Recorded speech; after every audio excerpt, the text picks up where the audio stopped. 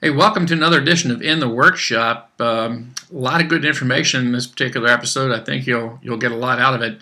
It's all about what you don't know about AC service on today's cars.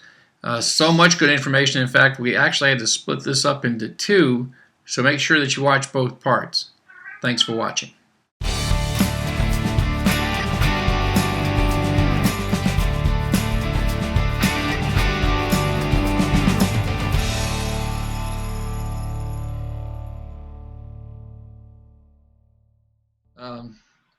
Hey everybody, Pete Meier, Motor Age Magazine with another edition of In the Workshop. Today, very excited about this edition. It's been my good fortune to meet some really involved people in this industry, people who are involved in it because they care, because they know it's the right thing to do, and my guest today is one of those people. He's the Vice President at Neutronics Refrigerant Analysis. He's also Vice Chairman of the SAE Interior Climate Control Committee. I'll let him explain what that does for you here in a moment. And he's on the board at the Mobile Air Conditioning Society. My guest today, of course, then is peter.coll. Peter, welcome, and thanks for spending some time with me today. Always my pleasure. Just wish I was in the warm, sunny places that you are currently in. It's not that warm today, my friend. No. I recently got back from an event in New York, and the young lady there said, "Welcome to the first day of spring," and it's still snow on the ground. We're like, Yeah. No, this is not it. Anyway, Peter, I think today I'd like to discuss some of the challenges that are facing the automotive AC industry. There's sure a whole lot going on, and of course, being in the positions that you're right at the forefront of a lot of those issues. Let's start first with something that is included in our April print issue, and that's commentary on contamination issues with refrigerant. What can you bring us up to date on what's happening on that scene? Well, a number of years ago, we discovered, not us personally, but we in the industry discovered some bad 134A, particularly bad 134A. And one of the reasons that came about was because a few years before that, the price of 134A went through the roof. I don't remember exactly when that was, but roughly 2007, maybe 2006. Mm-hmm.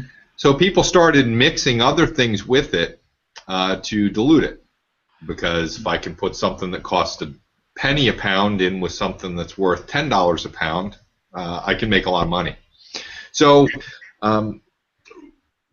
the shipping industry ran into a problem. They ran into a problem with their 134A. A couple of people, unfortunately, were killed in accidents, and it was discovered that there was R40 in this refrigerant. R40 is methyl chloride.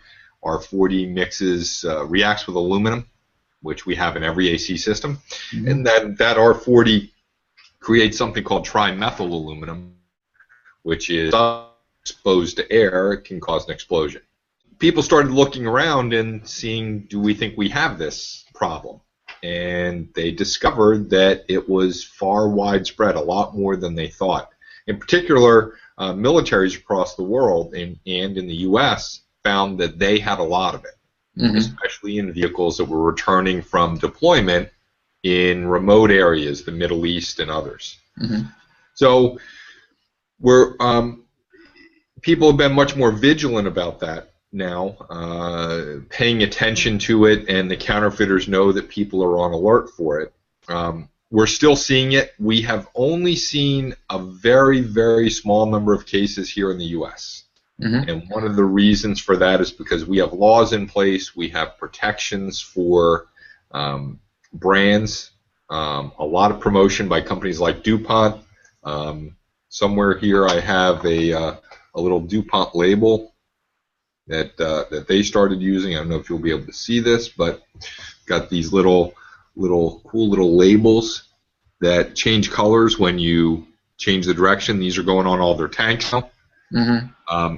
To help protect from counterfeit refrigerants. But the big problem still exists, that you can get a lot of low-cost 134A from other parts of the world, whether it's made in Asia or whether it's made somewhere else.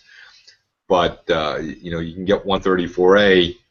Boy, I think less than $100 for a 30-pound cylinder. Yeah. Less than $3 a pound. Yeah, and I know that I want to stress here for the folks who are listening. When Peter's commenting that companies are putting in these other gases, it's not your mainline guys. It's not the DuPonts and the Honeywells. It's these small, offshore companies that are doing that, and often putting them in containers that look like the DuPont and Honeywell cans. So you have to be very, very careful with that. And Peter, I know that we've talked about the R40. You penned an article for us a while back when that first came on the scene. And we're not trying to sound sirens. It's just you need to be careful. You need to be careful about what you're putting into your machines and putting into your customers' cars. And Peter's research and the company's research, you found that R40, while is maybe it's remote, you did find instances of other contaminants that are more prevalent, right? That guys need to be looking for. Tell us a little bit about that. Yeah, sure. One of the real good things that came out of this is we tested.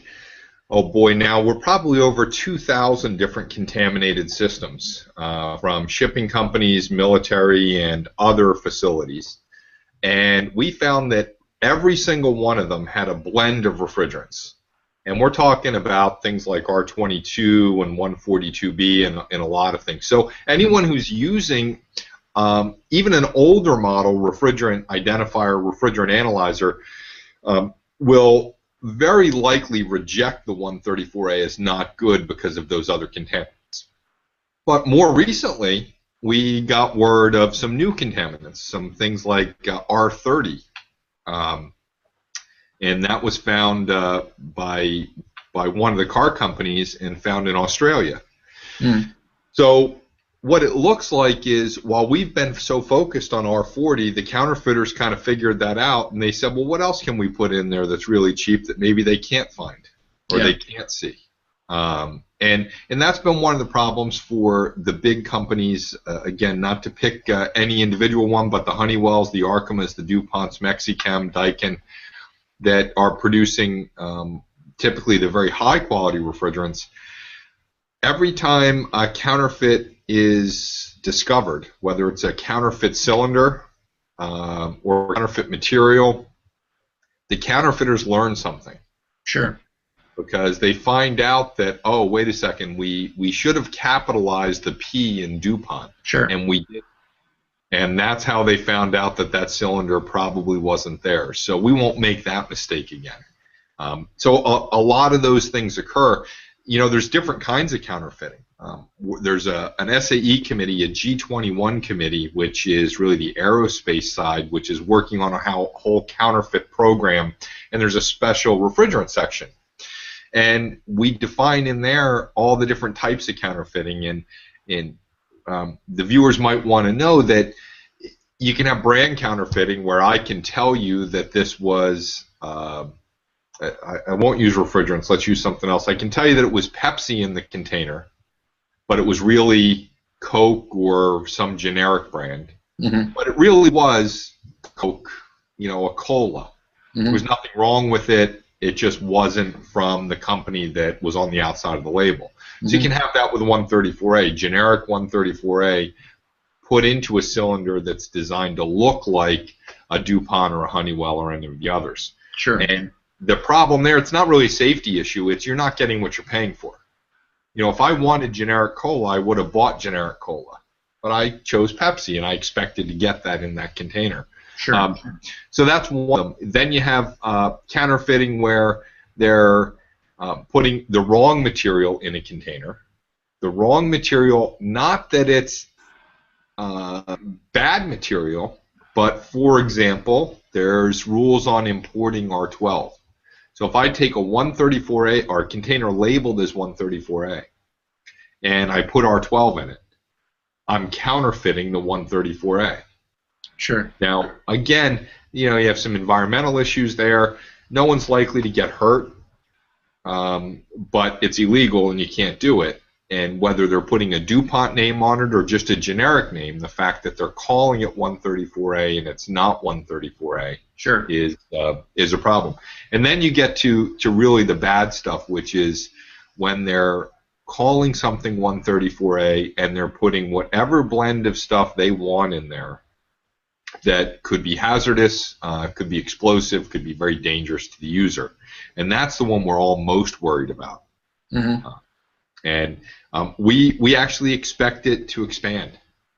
There's some action has been brought by one of the U.S. companies who manufactures 134A, and their complaint is that some of the Asian manufacturers may have been dumping 134A in our market, and nothing wrong with that 134A, but they're essentially selling it to us at a price that we could never ever compete with. Sure, yeah. And part of that's because these facilities over in the Far East have large supplies of certain minerals that are required. So while it's very expensive for us to buy the raw mineral and turn it into refrigerant here in the U.S., it's very inexpensive for some of the companies in the Far East to buy that raw mineral and turn it into 134A in their own country, and then they export it to us. So because of that action, we expect that there may be some tariffs put on imported 134A from overseas. If that happens, that means the price of 134A goes up. Mm-hmm. And anytime the price of something goes up, the more opportunity there is for a criminal element to try to take advantage of that and deceive the public or the user. Sure. And let me touch on one more thing while we're there. If I hand you a cylinder of 134A, 30-pound cylinder of 134A, how do you know it's 134A? Well, you don't, because 30 pounds of water weighs the same as 30 pounds of 134A. Sure. 30 pounds of sand weighs the same as 30 pounds of water and 30 pounds of 134A. Because we can't taste it, or we shouldn't taste it, let's put it that way, it wouldn't be a good idea. You can't smell it, you can't see it.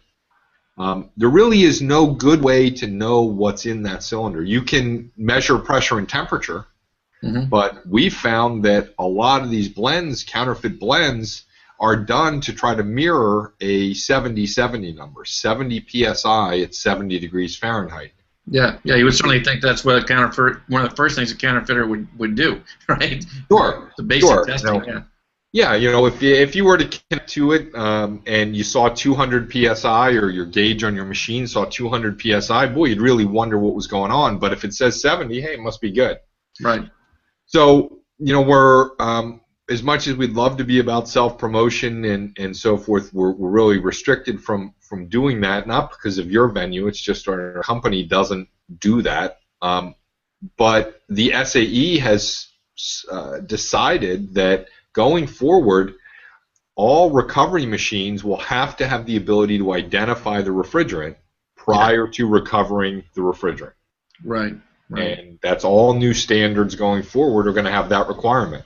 It doesn't matter whose analyzer might be in there, but they think this is such a big problem that they're going to make it mandatory.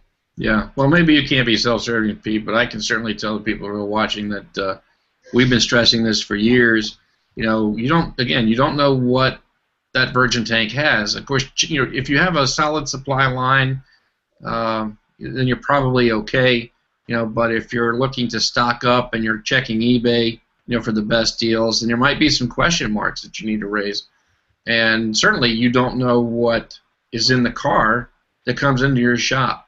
As we spoke of in other content, do-it-yourselfers will do whatever they need to do to get their cars blowing cold again. And if a guy gets his hands on who knows what because he saw it online and said it was a good thing to do, you don't know what's in that car. So to protect yourself, to protect your technicians, to protect your equipment, it only makes sense to invest in an identifier and see what's in there, even if it's just air. I mean, air is a very common contaminant, right, Peter? Sure. Air was never a problem in R12. Air is a real problem in 134A. You have 2% air in a 134A system makes you lose about 1 degree at the center duct outlet. So if you have 4 or 5 or 6% air and you're in an environment where you need that air conditioning system to work as well as it can, you won't get the performance you need. And of course, there's many ways to get air in a system, and usually because you didn't pull a full vacuum, or Joe Backyard Mechanic had their hands on it before you got to see it. Sure. And then, of course, we're talking about contaminants that are placed, in the container from, the counterfeit manufacturer. But sometimes the do-it-yourselfer puts his own contaminants in there. Speaking to other experts here recently, it seems that sealant is a leading cause of early compressor demise. And come on, you walked into nearly any of the big box discount stores and go to their little AC shelf, and it seems that every can on the shelf has got that in there. So again, guys, if you're a shop owner or a tech, you don't want to screw up your equipment. You don't want to be certainly down for 2 or 3 weeks in the middle of AC season. Invest in a small sealant detector. Of course, Neutronics is a company that makes an excellent product for helping to detect the presence of sealant. So sure, that's something else we need to be concerned with, isn't it? Yeah, and there's new sealants coming out every day, and the new sealant guys, we get a lot of phone calls, a lot of emails saying, what do you think about this sealant or that sealant? And we really take an opinion that says a proper repair is fixing the leak, which, if we go away from air conditioning for a moment and say I have an exhaust leak or something in a muffler, yeah, I can put duct tape over it and I can stop that leak from coming out, but that's not a proper repair. Right. Replacing the muffler is the proper repair, or welding something, welding up a hole, whatever the case might be. Even if it gives the appearance of solving the problem. The second issue we have with these sealants are they're very inexpensive in general, and that's fine. But they're very enticing for the guy who wants to work on it in his driveway. Exactly. Because he says, I went to my local auto repair facility and told them my air conditioning wasn't working, and their answer to me was, well, we start at about $300 because you're going to need a recharge, and we're going to want to change this, that, and the other thing, and then we see if we can find the problem. And there's nothing wrong with that. That's not unreasonable. However, the guy says, can I invest $10 and see if I can fix it myself? Because my worst case then is I'm $310 into the repair instead of $300. Right. But if it works, I just saved $290. Yeah. And we know when it doesn't work, the last thing he's going to do is walk in and hand him the bottle and say, oh, by the way, I tried to fix it myself. Peter, I know you have seen this, and as of many of our mutual friends, the signs on the shop wall that tell you that if you want to watch, it's $50 an hour. If you want to ask questions, it's $75 an hour, and it's $200 an hour if you want to help. Right. And that's really where they're going. Is you let us do it or you do it. But if you do it and you don't do it right, it's going to cost you a lot more to have us do it for you. So we want to be careful about sealant. We want to be careful about a lot of things. We want to be careful about using the wrong oil. Another problem that really has come up, and it's a shame for us in the industry because I hate it as much as the next guy. Having to deal with PAG 100 and PAG 46 and the different viscosities and the esters and so forth, and then the universal oils. This will work in everything. Yeah. Well, it would be great if they worked in everything, but if they did, there really would be a big advantage to the OEs using those universal oils if they felt like they could work in everything. Sure. And I think too many of our repair shops these days and that are not paying attention to things like oil viscosity or the right oil and so forth are only looking forward to a relatively short term.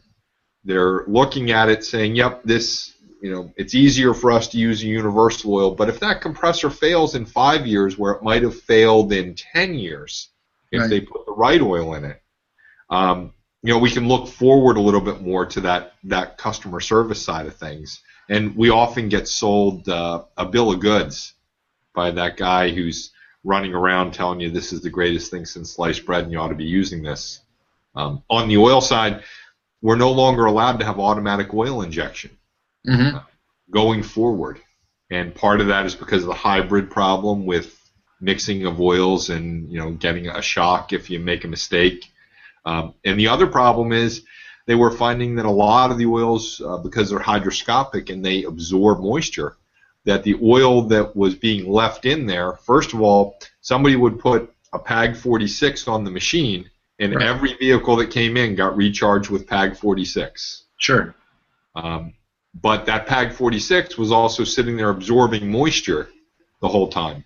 And so you were putting essentially moisture-contaminated oil back in the system. Right. So all those kind of things that we can be careful of to make sure we use the right oil, make sure it's fresh oil, don't use things with sealant in them, are really good for the shop owner, helps protect their equipment, and one of the things we always have to look out for is making sure that we know what the other guy did to it before it ever got to us.